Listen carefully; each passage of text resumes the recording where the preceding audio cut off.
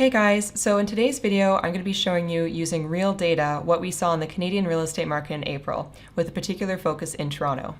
So this is a regular video series that I plan to do moving forward, but with April's data, that's the most up-to-date data that we have today. If you check back in a couple weeks' time, we should have May's numbers, and I'll be happy to give you updated reports on everything that I'm going to cover in today's video. For those of you who don't know me, my name is Rebecca Young from 5 to 9 Real Estate, where we show you how to use your day job to fund your retirement and investment goals. So if you like what you see here and you want to keep following along on the journey, make sure that you subscribe to the channel so you can keep up to date with future videos and you don't miss out. So the first report that I'd like to cover is Crias report for April 2020, so just looking at what happened across Canada. And a couple of the numbers that I'd like to point out are that sales month over month were down in Canada overall 56.8%, as well as listings were down 55.7% month over month. And that's approximately the same year over year as well. It's a little bit closer to 60. This is going to be an important factor just to keep in mind that both of these numbers are decreasing. And I'm going to come back to touch on that a little bit later in the video. So the average price, this has caused the average price to decrease month over month by 10.9% across Canada, and relatively year over year by 0.5% decline year over year. And this is a really important thing that I'm going to dig into a little bit deeper, because the average price isn't actually as reliable as what people think. It's, and I'll show you in the actual data, there's a lot of different types of homes and there's different strategies, and there's a lot going on there that's going to impact that average number. And because of this, the professionals in real estate focus more on the home price index, because it removes all the noise that you get when you're looking at the data and the average price, and actually helps us focus on a particular consistent type of property that we can measure consistently. You're kind of removing everything else, you're keeping everything else equal, and you're just looking at what is the impact on the price for this particular type of property month over month or year over year. And it's important to understand this distinction because the reported MLS home price index percentage change is actually up 0.1%, which isn't a lot month over month, but then it's actually up 6.4% year over year. So it's important to keep that in mind when, I think in a lot of the headlines today, we're seeing that sales are down 60% and the average price is down. So I get a lot of phone calls from people being worried, is the real estate market crashing? And I really wanted to do this video to show you a deep dive into the data to really understand what this means. So the next graphic that I'd like to cover is just a chart looking at the home sales for select cities across Canada, and it does tell a similar picture, right? Where if we look at the graph that's a white background with the blue dots that represents February in this chart, across the board everything was up. A lot of sales, just a lot of activity at the beginning of the quarter, Q1, and the beginning of the year. We were seeing, a lot of listings, a lot of activity, a lot of transactions. And then not surprisingly, halfway through the month of March, when the Ontario government announced the shutdowns, we started to see declines. Obviously, there weren't as many listings, there weren't as many transactions, there weren't as many showings. And, that was further pronounced in April because we saw a full month of being in the lockdown. So just really quickly, I like to focus on these particular measurements of looking at the home price index and looking at the sales to new listings ratio, because these are a couple of factors that help us identify if we're looking at a buyer's market or a seller's market.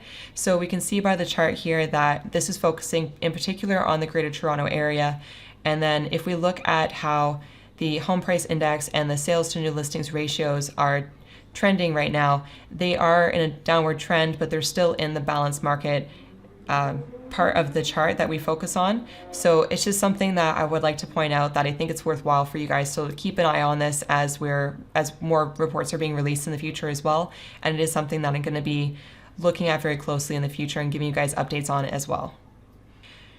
So I wanted to, as I alluded to before, I wanted to actually go into the MLS data and show you the reasons why I personally don't think that the average price is as reliable as what a lot of people think. So the first example that I want to walk through is an example where this property was less desirable and it did actually sell for under the list price. So as you can see, it was listed for $985 and it sold for $895.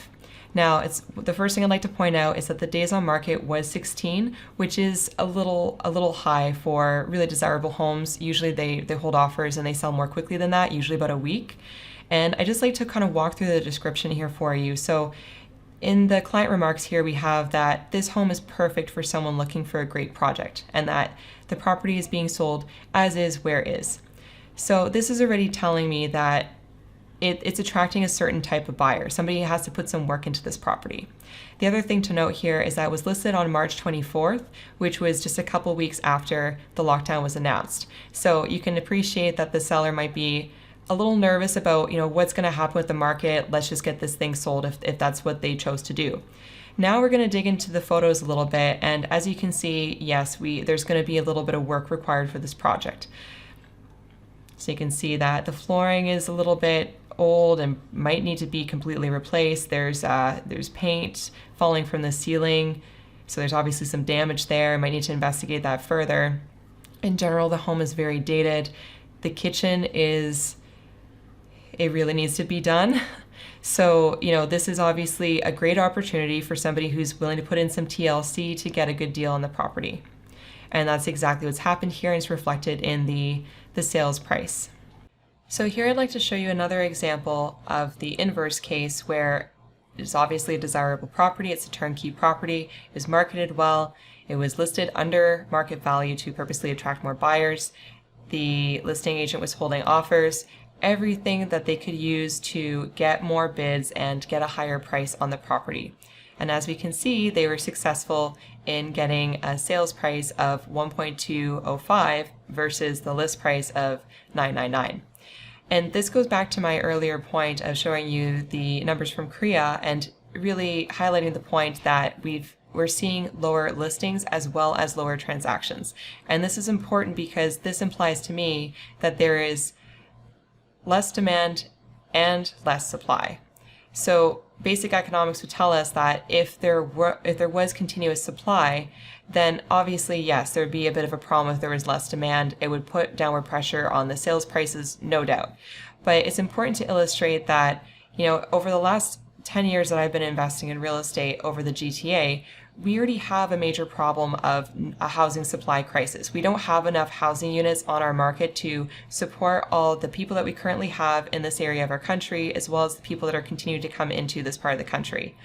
And so it's important to note this because of our already limited supply, we have an even smaller amount of supply with COVID hitting, as well as less buyers. So what happens in this case is that buyers are going to be choosy, but the people that are actually looking to buy will be bidding on the same types of properties.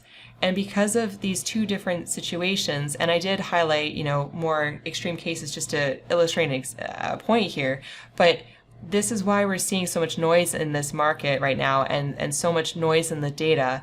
And that's why we're seeing it's really difficult to bank on the average price, because it's when you just see the aggregated number, it doesn't tell you the full picture of what's actually happening in the market. So I felt like it was really important to show you a couple of these listings so you could see for yourself what the strategy is, what types of properties are selling, and the delta between the list price and the sales price.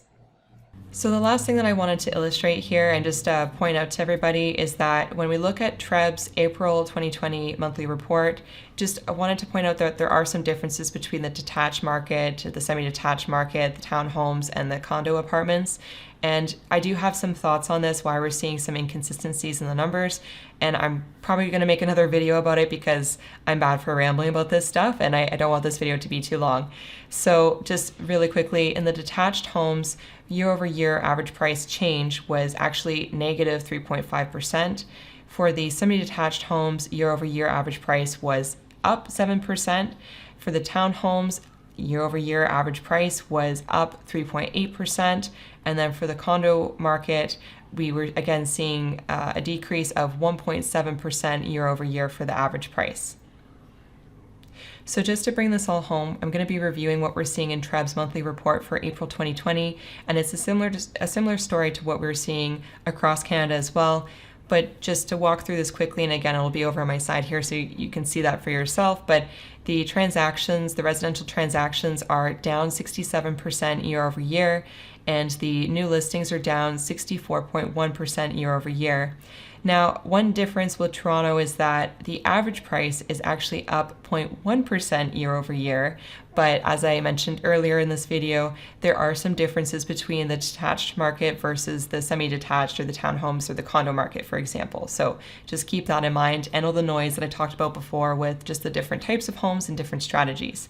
And then it's also important to note here that the home price index was actually up 10% year over year. So again, that's kind of us keeping track of that consistent home. So just to make it an easy example, let's envision that I'm talking about a typical 3-bedroom home, maybe 2 bath, maybe 1 garage, and let's just say it's a semi-detached home in this case. Basically, when we're keeping track of the home price index, we're going to keep that particular home in mind so we can remove all the other noise and actually see what the true increase or decrease is year over year or month over month. So it's important to note that although there's a small increase in the average price in the home market in Toronto, the home price index is actually up 10%. And so that concludes my video for today. And just really quickly, guys, wanted to thank you for spending the time watching the video. And I also wanted to say that ultimately I'm doing this for you. I'm naturally an introvert, and this is very weird for me. I want to make sure that this is valuable for you. So there's actually a point behind doing this. So if you could please, like the video, subscribe, share it if you like the content.